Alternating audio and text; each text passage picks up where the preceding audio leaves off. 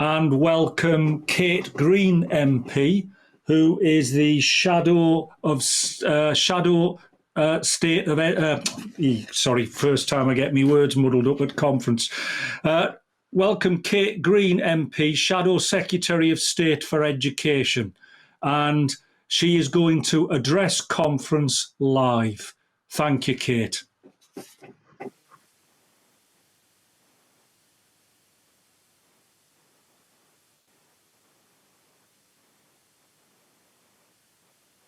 You in a buzzing conference hall. It is still a huge privilege to be asked to address the members of NASUWT and to thank you for everything you've done this year. Because as you will have heard from Keir Starmer, we in the Labour Party have nothing but awe and admiration for you, all your members, and every single person who's been working with the utmost professionalism in our education system over the past incredibly difficult year. A year like none of us has ever known or could have imagined. At a time when in our schools, indeed in every aspect of our lives, we faced the most exceptional disruption, you've kept children safe and learning in the classroom and remotely. Everyone in this country owes you and your colleagues across our schools, colleges, universities and childcare settings enormous thanks for all you've done for children and young people. I'd particularly like to offer my personal thanks to Patrick Roach for your support since I became Shadow Education Secretary, Patrick. I hope that we can all agree that in the years ahead, there's a huge amount that we can do together to transform the life chances of children across the whole United Kingdom. More we can do to build not just an education system, but a society and an economy that allows every child to enjoy and make the most of their learning and fulfill their potential, that builds and values the professionalism and skill of teachers that's essential to improving life chances, and that ensures that just as every child must be supported in school, no child will be held back by poverty outside school.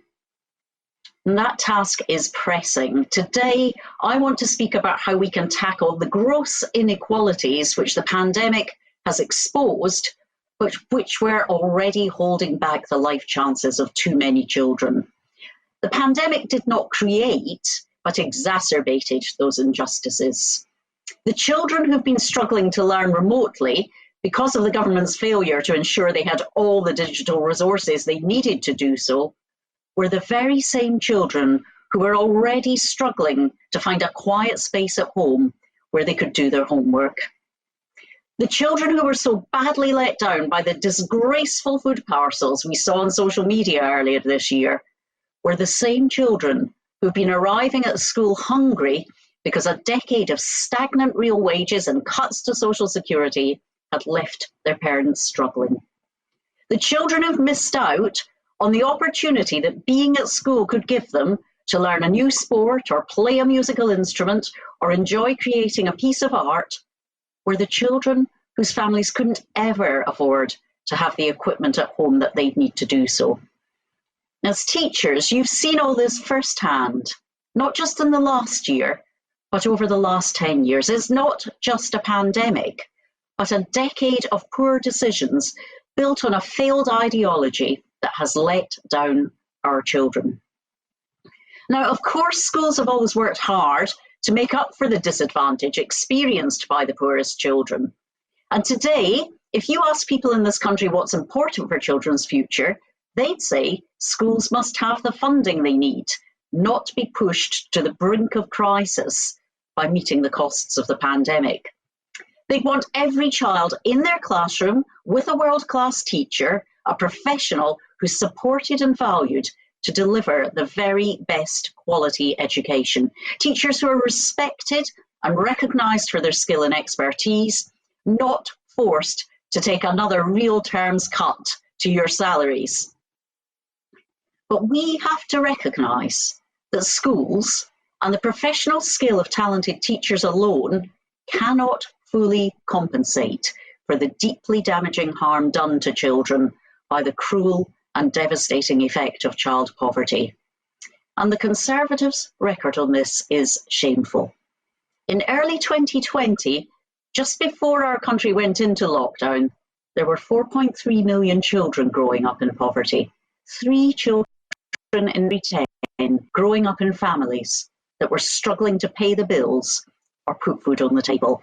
In an average primary school, 86 children. In a secondary school, it's over 300. In the last 10 years, the number of children growing up in poverty increased by around 700,000. There are many reasons why this scandalous poverty matters. It's bad for our country. Poverty wastes potential and harms our country's success and prosperity.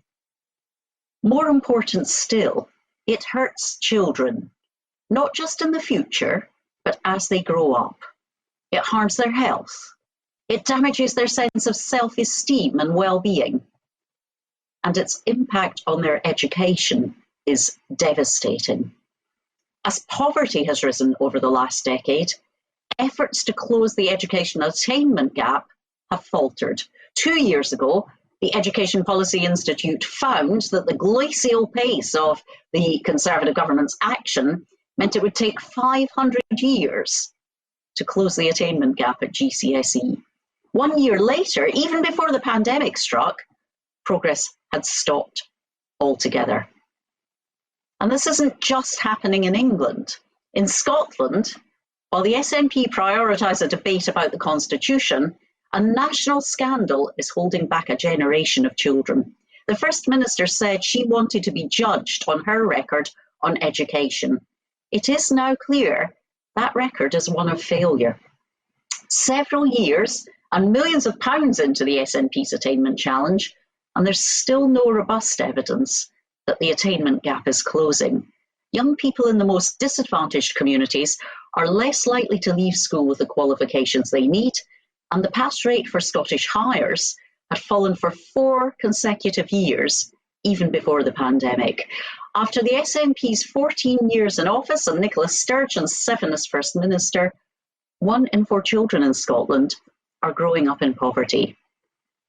In May, people in Scotland will have the chance to vote for a Scottish Labour Party with an education comeback plan to support every child's learning and well-being, following the example of the Welsh Labour government that's delivered on people's priorities: free school breakfasts, the education maintenance allowance, university maintenance grants, the Union Learning Fund, a country committed to investing in the education and skills of all people from all backgrounds and at all ages.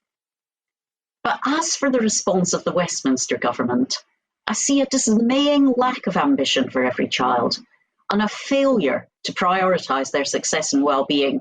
Their headline commitment to funding to support pupils to catch up on their lost learning amounts to just 43 pence per pupil per day, and will for many schools be wiped out entirely by changes to pupil premium funding, a stealth cut to school budgets at a time when children need more support than ever.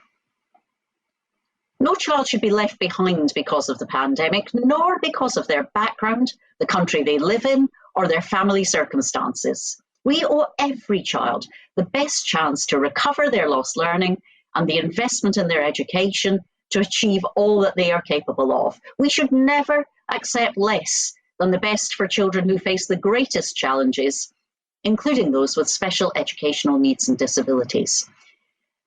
And conference, I'm sure you will have shared my disquiet at this week's report from the Commission on Race and Ethnic Disparities. Yes, the report identifies progress that has been made in education for some pupils, and I applaud all that's been achieved by teachers, school leaders, students and families. But young people in some ethnic groups are still far less likely to get the qualifications they need. They include pupils from white working class backgrounds, from Black Caribbean backgrounds, and Gypsy, Roma and traveller pupils who have some of the worst outcomes in our education system. We should never accept anything less than the highest standards for every pupil, whatever their background and circumstances. But when the link between poverty and low educational attainment is so stark, it's astonishing that the review could look at a country where huge embedded ethnic disparities in higher education, in the labour market, and in family income persist, and conclude that there's no structural racism in Britain. That is not plausible.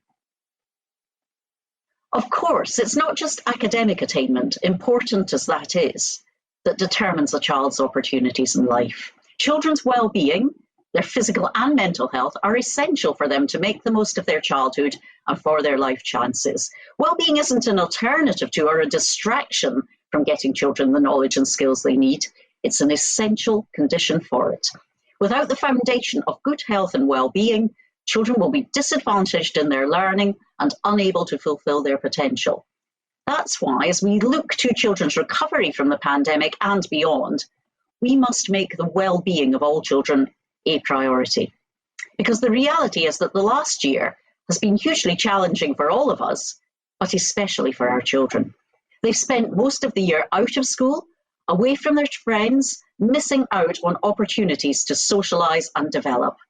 As they're able once again to return to class, to be with friends and teachers and enjoy time together, we simply cannot return to business as usual, because business as usual wasn't good enough. We must do things differently now. We must work together to forge a new future for our education system, one that secures the life chances of every child, that offers every child the opportunity to reach their full potential, where schools have the resources they need, where staff are supported and valued as professionals, where children grow and develop, gaining not just the knowledge and skills they need for education and work, but the personal development they need to become fully rounded and active members of our society. That's why Labour has set up our Bright Future Task Force, to bring together educators and experts to help us generate the ideas that we need, not just for children's recovery in the months ahead, but a transformed education system we need for decades ahead. A future that none of us can fully predict, but one in which we are determined to close the inequalities we've seen widening, not just during the pandemic, but over the last decade. Inequalities that unfairly hold back children and rob them of opportunities, inequalities that damage our children and damage our country. Before I was a Member of Parliament, and before I even thought of being Shadow Education Secretary, I worked to end child poverty, to drive forward the ideas that would make that ambition a reality for the millions of children who need it. In that time, I saw a Labour government deliver a sustained fall in child poverty and a transformation in their life chances. But the last 10 years have seen that progress reverse.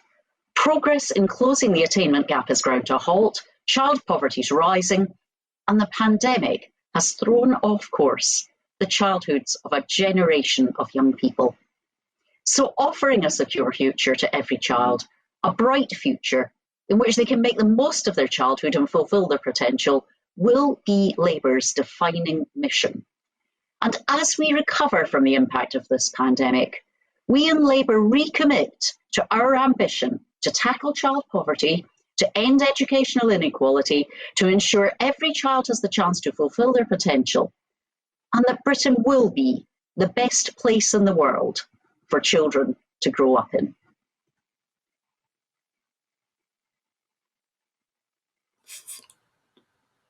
Thank you very, very much, Kate, for addressing conference. And conference really does appreciate your time and the fact that you've found the time to address conference live this morning. It's really appreciated.